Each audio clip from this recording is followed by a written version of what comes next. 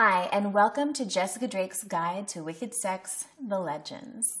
In this movie, I'm going to introduce you to some men that have been in the adult industry for some time, racking up not only experience, but awards and recognition as some of the greatest male performers. If you've ever wanted real sex advice from the guys on the front line, this one's for you.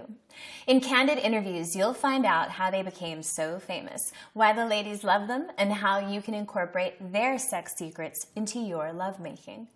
We'll also teach you how to introduce new things in bed, help her reach orgasm, and even how to increase your stamina. We're going to see not only demonstrations, but full sex scenes, so you can see their skills in action with the ladies.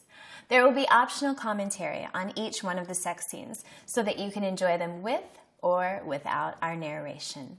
Get comfortable and get ready to learn from the legends. So what is it that makes a porn star legendary? The number of movies he does? Fan recognition? The many women that request him? Or is it something more? I'd like to introduce you to our performers and hear in their words what defines a legend. I'm Stephen St. Croix, and I've been in the adult industry since 1992. I had tried to get into the adult business on 2 occasions prior to actually doing it. At the time, World Modeling was an agency that was run by Jim South, and it was primarily the agency that most everybody in the talent pool in the adult industry was represented by. So it was in magazines, so everybody knew the address and knew the name, so I had actually gone there when I first came to California.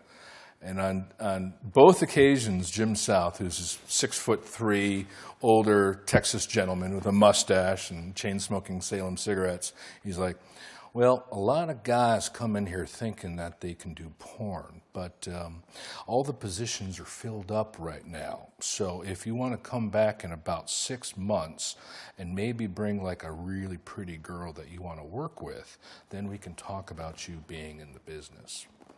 So at the time, I was kind of shot down, and by the time that I came back to be around the industry, I was working for Arrow Film and Video, and I was selling videos, and they were doing a production of Deep Throat 6, actually directed by Ron Jeremy. And so on the second day of the feature, I'd been hired as a PA. On the second day of the feature, one of the actors who was in the movie had already been established. He had been arrested for speeding and found to have warrants, so we couldn't finish the movie. And it was about 11 o'clock at night, and back then there was no cell phones. It was like pagers maybe, and mostly landlines, or like calling, trying to find talent to do the scene.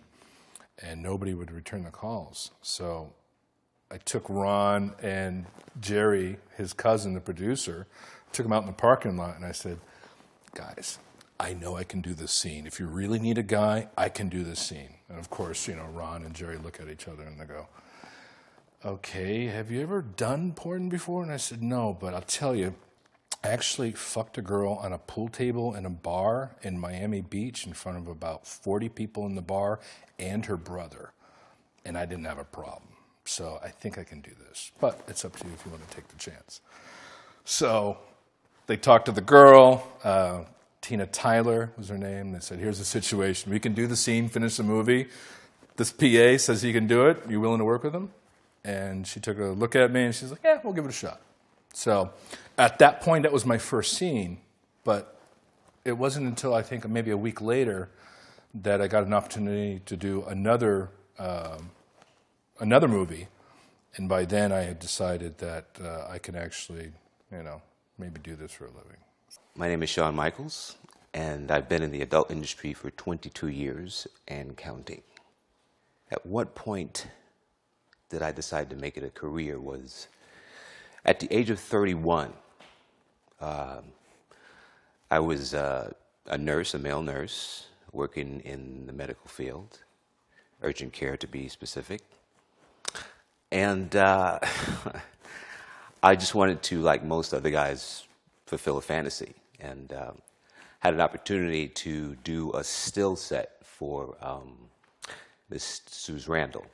I'm sure you guys know who she is. turned out to be one of the most scariest things I've ever done in my life, because to take my clothes off on camera, and it wasn't actually a scene, it was just a still set, just nude, and I was like, man, you know, this could be fun, but there's no turning back once you decide to do this. So make a decision and make it now. You're not getting any younger.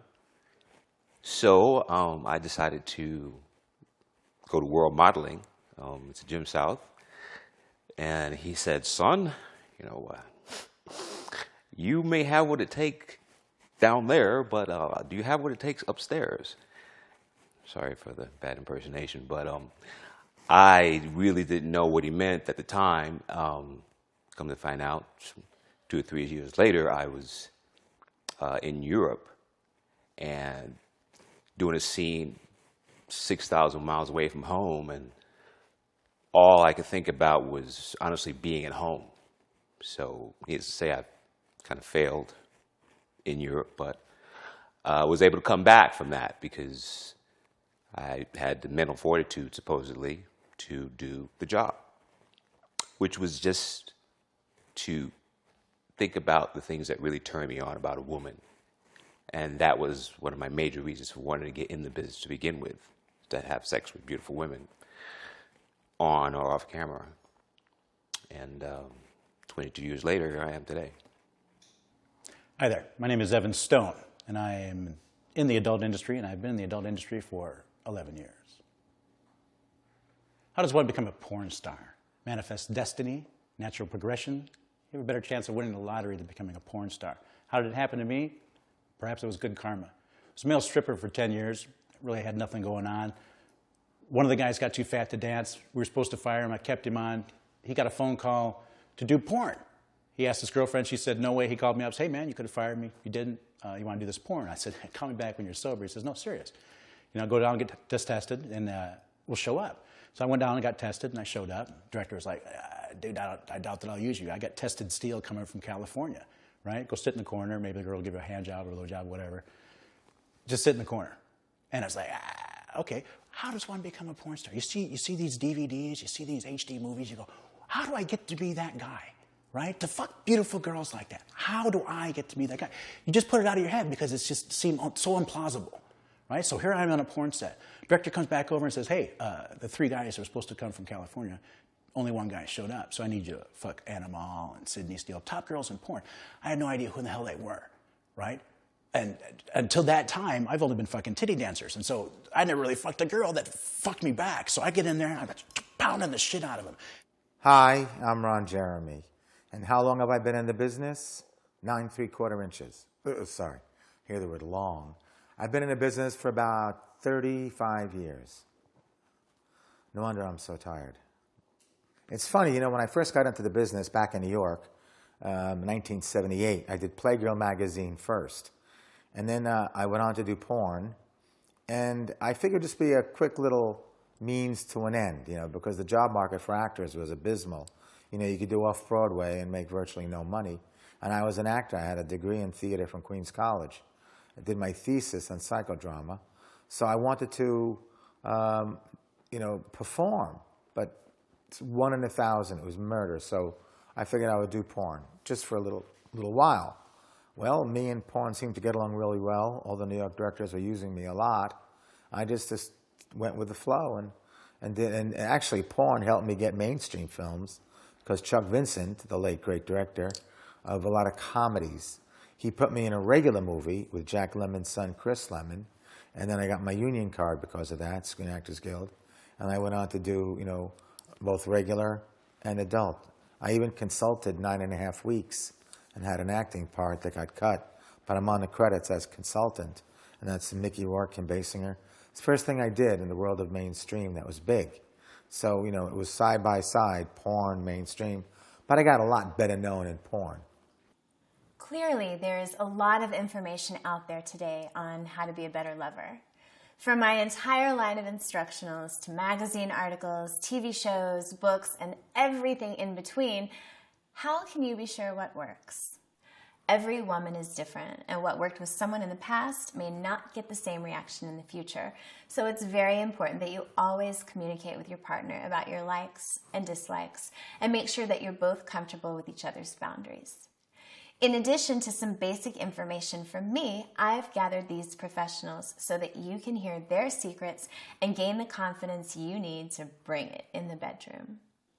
Let's start with kissing. From a woman's standpoint, kissing is very important. It can be a preview of whether or not a guy knows what he's doing.